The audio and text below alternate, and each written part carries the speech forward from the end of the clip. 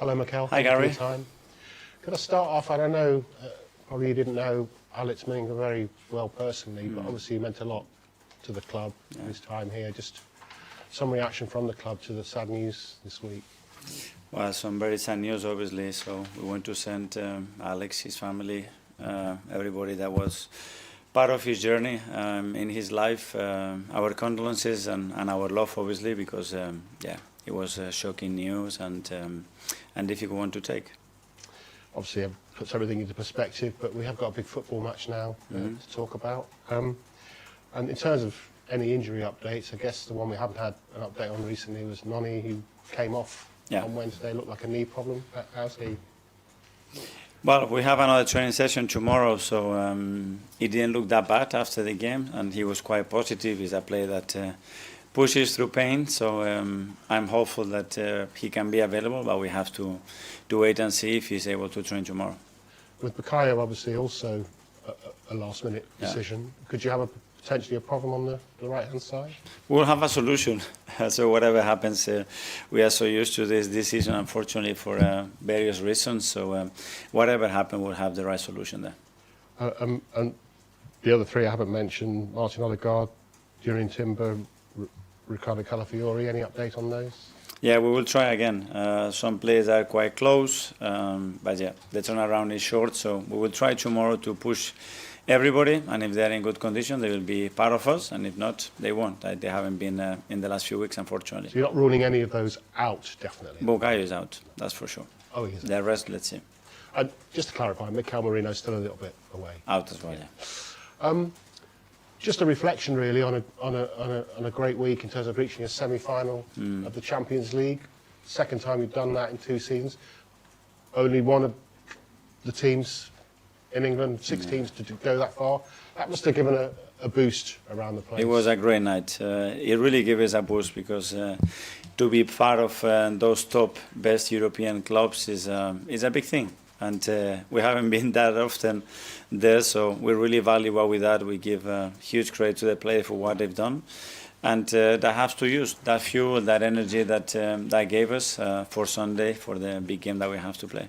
That fuel, that energy, that fire that you were speaking about, fire not fear. And was there a little symbol of a fire, a little fire started in the training ground just to kind of illustrate what you were talking about this week? Every game we use different themes to try to prepare the game in the best possible way, and that depends on what we do. Is it your idea, the players? The best ones are the players' initiatives. That's the ones I love the most. This game is obviously a massive game. That's what so many here. Where does it sit for you, though, in terms of the massive games that you've already been in charge of with Arsenal's Champions League semi-finals, etc.? Is this the biggest game potentially that you've It's certainly the most important one because it's the next one. So we have earned the right to be in this position, to be challenging, and with the possibility to win and the opportunity to win on Sunday, arguably against the best team and the best manager that this league has ever seen. And that's a huge privilege, and we cannot wait to play the game. We're going to prepare the game to win it, that's for sure. And we see that as a big opportunity for us. Play the game to win it, but obviously a draw would be enough to make sure it was still in your own hands. We're not going to spend 1 second talking about that. We prepare every game to win. That's where we are, and we're going to continue to do the same. Can I just ask one more question on that? The biggest opponent on Sunday, is it going to be City or yourselves? No, our team has to. No. Our team has to give us every tool, every element that we need to go and win it. And we will have a very, very strong opponent. We know that in front of us. But we've been doing it for 9 months in every context. We have played a lot of games against them, and we know what we have to do. Nick from the Premier League. Hi. After the Chelsea game, Pep said it's the mindset, not the tactics. Especially at this stage of the season, and on Sunday, how much the mentality, the resiliency, the attitude will be essential, not necessarily just tactics? Yeah, I think it's a big part of that. I mean, everything plays a part in a match technique as well, obviously, because without that there is nothing. But there is obviously a huge part to play in that sense, and we have improved a lot in that area, and we have to show it on Sunday again, that's for sure. Two players I want to ask you about, please. Declan Rice, first of all. After one of the goals you could see against Bournemouth, quite a few players gathered around him for leadership and guidance. He's been outstanding since he joined from West Ham.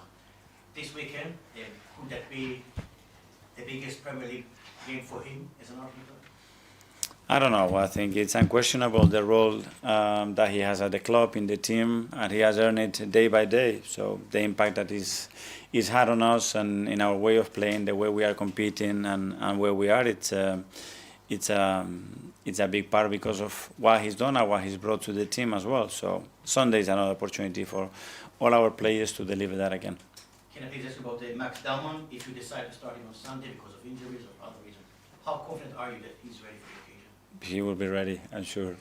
You throw him in any context, this kid, you know what he's going to be delivering, and he's shown that this season in whatever games that we used him.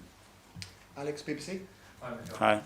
Pep said that if Arsenal win on Sunday, the title race is over. Do you see it like that?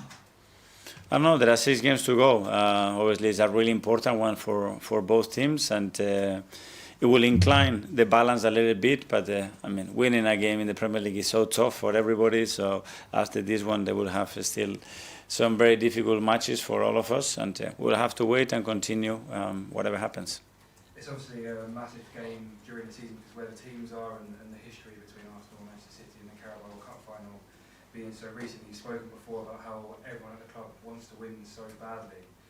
Same with the supporters. Can that tension come onto the pitch, or how do you thrive in those conditions? No, I think that has to be the vitamin for everybody, you know.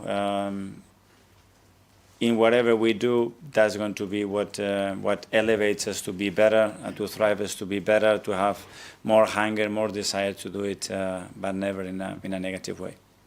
Ian Talksport. Hi, Mikel. Hi, How are you? Good, thank you. Who's under more pressure on Sunday? You, because you're out in front, you've been out in front for a long time, or City because they're trying to catch you? Who is more privileged to be in this position? I think that's the question. Okay, who's more privileged to be in this position? I don't know. I feel very privileged, so I don't know how Pep or Man City I feel. I feel very privileged to have earned the right to be in this position to play such a big and great game. So I'll ask a question, then you re-ask it, and then when I re-ask it, you don't answer anyway. 6 injuries. You've got 6 injuries at the moment. This is not a great time, is it, to be going into a game of this magnitude with so many players out injured?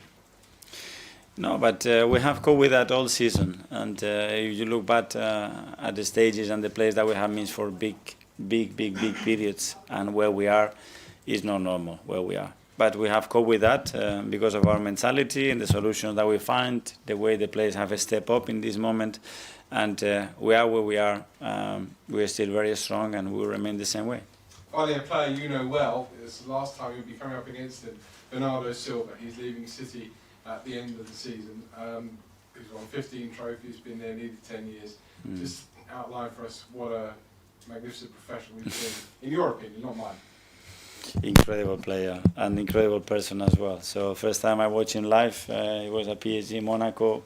Straight away I fall in love with him, but not only the way he plays, the way he competes, the way he lives the game, the desire, the hunger that he has, and then obviously we spent 4 years together. He's a top guy.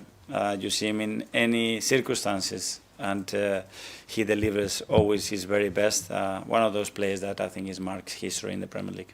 Thank you. Art from the Atlantic. Hi, Mikel. Hi.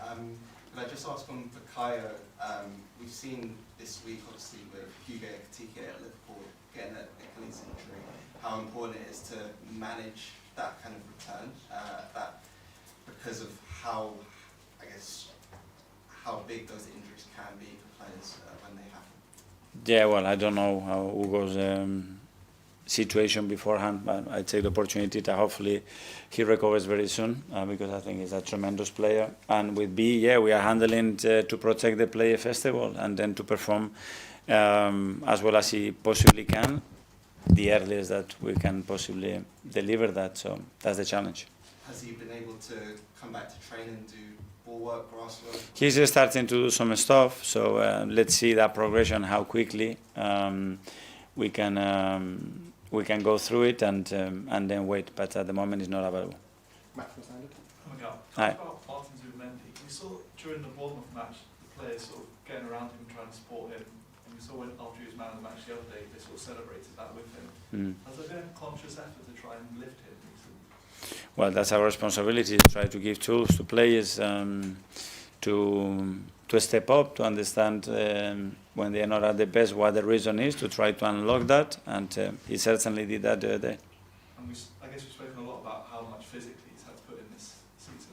Has it been a tough period for him mentally? Well, I don't know, but when you see that reaction, it's because the players first of all value everything that he's doing for the team, and because the type of person that he is, and when someone reacts in the manner that he did in a quarterfinals in the Champions League to play at the level that he did, big credit to him. Tom, footballer.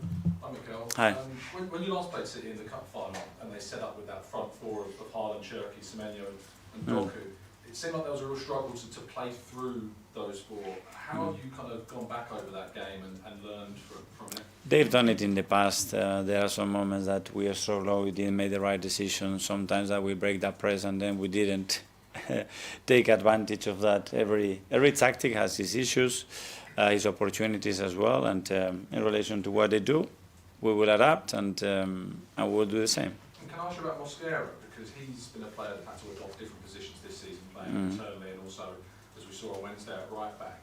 What is it that drew you to him and how impressive have you been with his adaptation this season at such a young age? As well? Well, that's one of the qualities that we liked about him. And when Andrea proposed the player, he knew him very well from Valencia, and we started to analyze him, and we needed a player of that profile. And it's surprisingly positive the way he's done it, because to ask him to set in the Premier League at this level is one thing. To ask him to play in 3 different positions, regardless of the moment of the opposition, it's something else, and he's been phenomenal. Charles from goal. Hi, Mikel. Just Hi. on Declan and the captaincy, you said on Wednesday that the players made that decision. What did you mean by that? Was there another vote like in the summer? And if so, why was that? No, because there is a captain, there is a vice captain, and after that there are 3 or 4, and the votes are very small. So at the end is they have to feel who is the best person to represent. It can be the moment, it can be the longevity that they've been at the club, and they decided that it was Declan. So great. Does this have any sort of long-term significance for the captaincy? I presume if Martin's fit, he's still captain. And I don't think so. No. Okay, James, ESPN. Hi, Mikel. Hi. How relevant is the Carabao Cup final and what happened to Sunday? For us now, to learn from that game and the things that that we want to change for the next one, and the pain that we felt afterwards in the right way on Sunday. You were always obviously so respectful of Pep and of City, but I mean in that game, Ryan Cherki was doing keepy uppies with the ball in play, he was feigning injury, and sort of going in the Arsenal fans. Do you use any of that as motivation? No, I think every player has his way to express it, and you have to respect that. And it's part of football. You are allowed to do it, and you can react in the manner that you want. But I think the player has to be respected because he's entitled to those things. And the last game up there, obviously that ended with Haaland saying, "Stay humble" to you at the end of that. Did you ever get to the bottom of that? What that was about? No. Did you ever speak to him about it?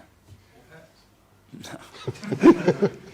If I have to talk about all the things that have been said on the pitch, I think we'll have some big meetings. But it's quite unusual for a player to say. No.